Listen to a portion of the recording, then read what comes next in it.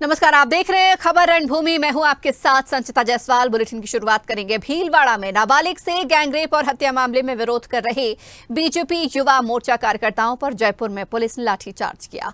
कार्यकर्ता विरोध जताने सीएमआर की ओर जा रहे थे। पुलिस ने कार्यकर्ताओं को बैरिकेडिंग लगाकर रोकने की कोशिश की। जब कार्यकर्ता नहीं माने और जबरन आगे बढ़ने लगे तो पुलिस ने लाठीचार्ज कर दिया। इसके बाद पुलिस ने युवा मोर्चा के अध्यक्ष अंकित चेची सहित कई कार्यकर्ताओं को हिरासत में ले लिया। लाठीचार्ज की घटना पर प्रतिक्रिया देते हुए नेता प्रतिपक्ष राजेंद्र राठौर ने ट्वीट करते हुए लिखा कि सरकार युवाओं की आवाज को दबा नहीं पाएगी। दूसरी ओर कोटडी थाना क्षेत्र के नरसिंहपुरा गांव में दिल दहला देने वाली घटना सामने आने के बाद राज्य मंत्री व पूर्व मुख्य सचेतक सहित जनप्रतिनिधि घटनास्थल पर धरने पर बैठ गए, जहां जनप्रतिनिधियों और ग्रामीणों ने अपराधियों को फांसी की सजा देने के साथ ही परिजनों को उचित मुआवजा देने की मांग की।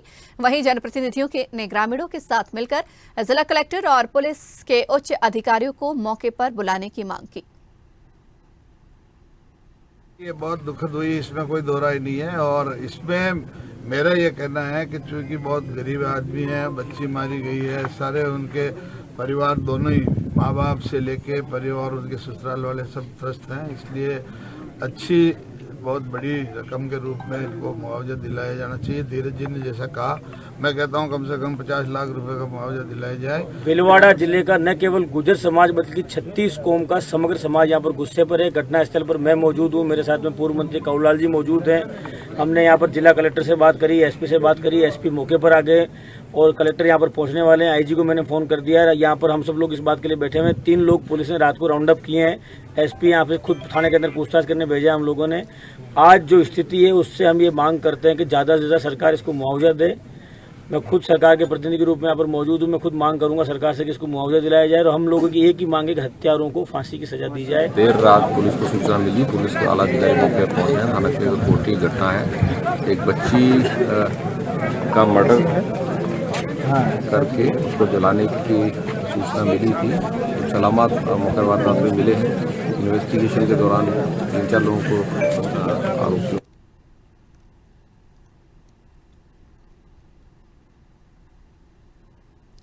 प्रधानमंत्री नरेंद्र मोदी कल अमृत भारत स्टेशन योजना के तहत भारतीय रेल के 508 रेलवे स्टेशनों के पुनर्विकास का शिलान्यास करेंगे। उत्तर पश्चिम रेलवे के 47 स्टेशनों का अमृत भारत स्टेशन योजना के अंतर्गत लगभग 2400 करोड़ रुपए की लागत से पुनर्विकास का भी शिलान्यास होगा। भारतीय रेलवे आधुनिकीकरण की दिशा में और भारत सरकार के न्यू इंडिया के सपने को साकार करने की दिशा में तेजी से आगे बढ़ रही है। देश भर में रेलवे स्टेशनों को विश्व स्तरीय सुविधाओं के साथ विकसित करने का काम तेजी से किया जा रहा है। स्टेशनों के पुनर्विकास करने के तहत 3 स्टेशनों पर काम पूरा हो गया है। ये स्टेशन आधुनिक भारत की भव्य तस्वीर को प्रदर्शित करते हैं। इन स्टेशनों पर यात्रियों के लिए अत्याधुनिक सुविधाएं विकसित की गई हैं। यात्रियों के सुगम आवागमन के लिए लिफ्ट और एस्केलेटर के साथ साथ आधुनिक सुविधाओं की आयुक्त कॉन्कोर्स, वेटिंग रूम और रिटेल एरिया विकसित किए गए हैं। जयपुर मंडल में कुल 17 स्टेशंस हैं जिनका अमृत भारत स्टेशन योजना के तहत पुनर्विकास की हमारी योजना है। और ये अमृत भारत जो स्टेशन विकास योजना है, इसका जो रेलवे बोर्ड से जिस स्कीम का जो 26 दिसंबर 2022 को रेलवे बोर्ड ने एक स्कीम लॉन्च की थी, उस स्कीम के तहत कुल 1309 स्टेशंस का रीडेवलपमेंट और उनका upgradations, major upgradation railway board ने प्लान किया था। और उसमें से जयपुर मंडल के कुल 17 स्टेशंस हमारे पुनर्विकसित होना है, जिसमें गांधीनगर, जयपुर और जयपुर स्टेशंस, इन दोनों स्टेशंस पे पहले से ही वर्क सैंक्शन थे और पुनर्विकास का कार्य अच्छी गति से चल रहा है। मध्य प्रदेश के जिन 34 शहरों के रेलवे स्टेशनों को एयरपोर्ट जैसी अत्याधुनिक सुविधाओं के साथ विकसित किया जा रहा है, उसमें प्रदेश का हृदय जिला हरदा भी चयनित किया गया है। हरदा रेलवे स्टेशन को हाईटेक सुविधाओं से परिपूर्ण करते हुए बहुमंजिला बनाया जाएगा। इस बात की जानकारी देते हुए प्रदेश के कृषि मंत्री एवं किसान नेता कमल पटेल ने कहा कि हरदा रेलवे स्टेशन का वर्चुअली भूमि पूजन प्रधानमंत्री नरेंद्र मोदी और रेल मंत्री अश्विनी वैष्णव के कर कमलों द्वारा 6 अगस्त को सुबह 9:30 पर होगा। कृषि मंत्री कमल पटेल ने क्षेत्र की जनता एवं सभी वर्ग के लोगों से हरदा के इस शिलान्यास कार्यक्रम में उपस्थित रहने का आग्रह किया। पटेल ने कहा कि हरदा के विकास की घड़ी में जो इबारत लिखी जा रही है, हम सबको इसका साक्षी बनना चाहिए।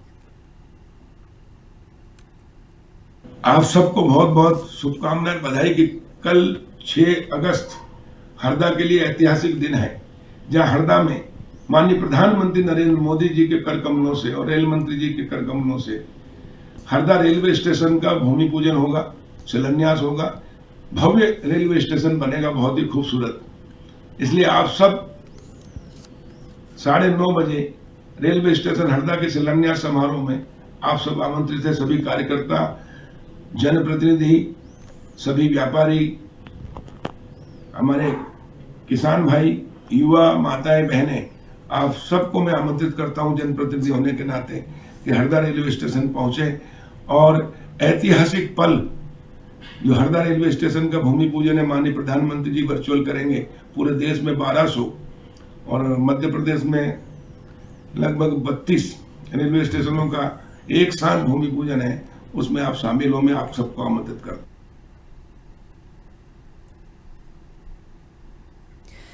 केंद्रीय कृषि मंत्री नरेंद्र सिंह तोमर ने राहुल गांधी को लेकर बयान दिया है। कृषि मंत्री नरेंद्र सिंह तोमर ने कहा कि राहुल गांधी को कांग्रेस ने अनेक बार कपड़े बदल बदल कर अनेक स्वरूप में जनता के सामने पेश किया, लेकिन वो फिल्म चल नहीं पाई और आगे भी नहीं चलने वाली। उन्होंने आगे कहा कि न्यायालय के निर्णय का सवाल है, न्यायालय ने सजा पर स्टे दिया है। वहीं नरेंद्र सिंह तोमर ने आगे कहा कि भारतीय जनता पार्टी लोगों के पास जाकर संकल्प पत्र तैयार करती है, पार्टी जो कहती है वो करती है। देखिए, दरअसल क्या है, राहुल गांधी को कांग्रेस ने अनेक बार कपड़े बदल बदल के नई स्वरूपों में जनता के सामने पेश किया, लेकिन वो फिल्म चल नहीं पाई और आगे भी चलने की कोई उम्मीद नहीं है।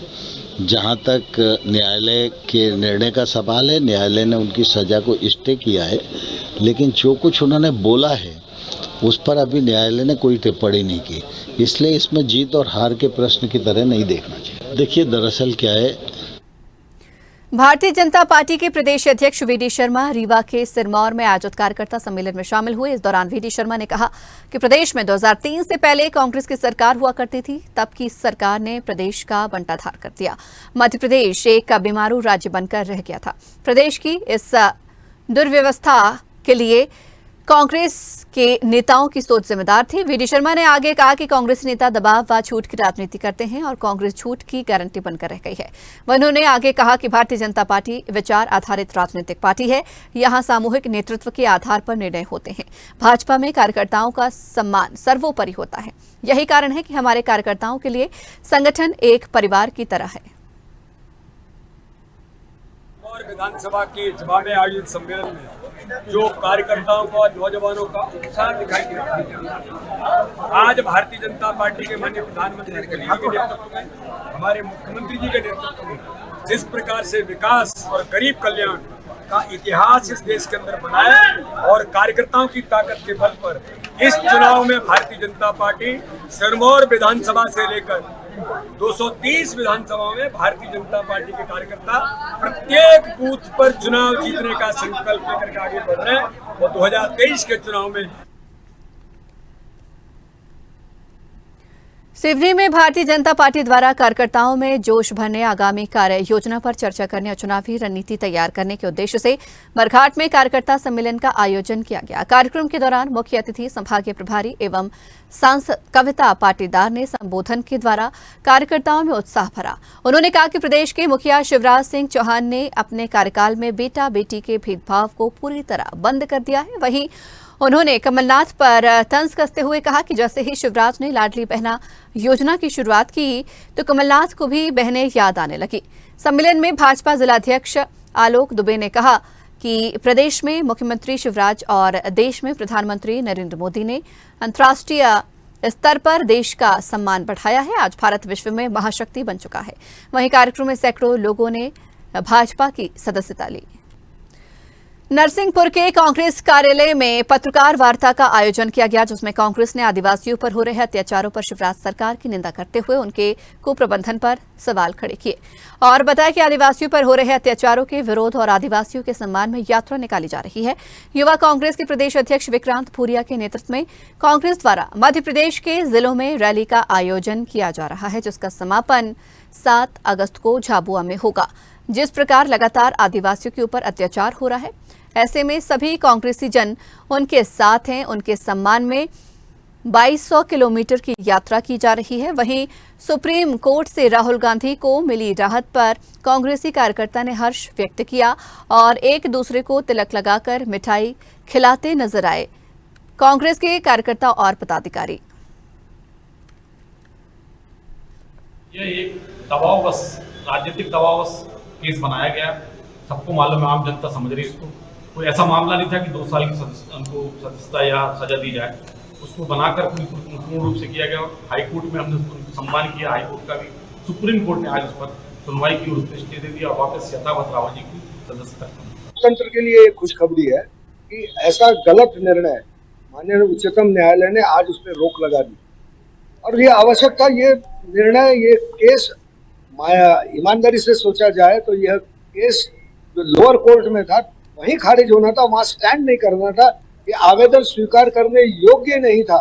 जिसमें जो आवेदन किया गया था मानहानि का, तभी उसको प्राइमा फेसी रिजेक्ट कर देना चाहिए था, क्योंकि उसमें कोई तथ्य थे ही नहीं, कोई ग्राउंड ही नहीं था। परंतु जो भी कहें, अब न्यायालय के ऊपर टिप्पणी करना उचित नहीं है, तो ठीक है, आज जो कुछ हुआ देर आए दुरुस्त आए।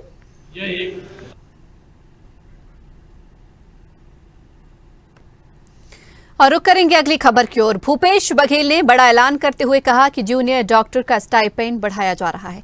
स्टाइपेंड की मांग को लेकर कई बार जूनियर डॉक्टर विरोध कर चुके थे, जिसके बाद ये फैसला लिया गया। मुख्यमंत्री भूपेश ने ट्वीट के माध्यम से ये जानकारी दी।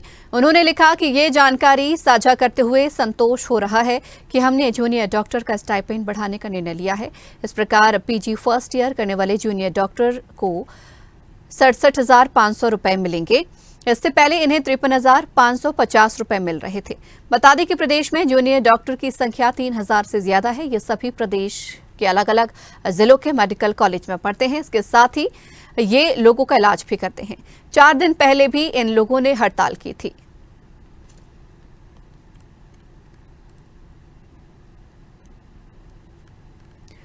राजधानी रायपुर, दुर्ग और बिलासपुर जैसे रेलवे स्टेशनों की तस्वीर अब जल्द ही बदलने वाली है। दरअसल आगामी 6 अगस्त यानी रविवार को प्रधानमंत्री नरेंद्र मोदी छत्तीसगढ़ सहित विभिन्न राज्यों को बड़ी सौगात देने वाले हैं। पीएम मोदी इस दिन अमृत भारत स्टेशन योजना की शुरुआत करेंगे, जिसके जरिए छत्तीसगढ़ के 9 स्टेशनों के साथ देश भर के 508 रेलवे स्टेशन का पुनर्विकास किया जाएगा। इस संबंध में रेलवे अधिकारियों द्वारा प्रेस वार्ता आयोजित कर तमाम जानकारी दी गई है। रायपुर रेलवे डिवीजन के एडीआरएम आशीष मिश्रा ने बताया कि रायपुर और दुर्ग स्टेशन का रीडेवलपमेंट इस योजना के तहत किया जाएगा। वहीं शहर से जुड़े छोटे स्टेशनों को भी इस योजना के जरिए विकसित किया जाएगा। छत्तीसगढ़ के भी स्टेशन हैं, 9 स्टेशनों का इस बार जो प्रोग्राम रखा गया है, इसमें रायपुर से जो रिलेटेड हमारे 4 स्टेशन हैं। रायपुर है, दुर्ग है, तिल्दा नेवरा है और भिलाई पावर हाउस है।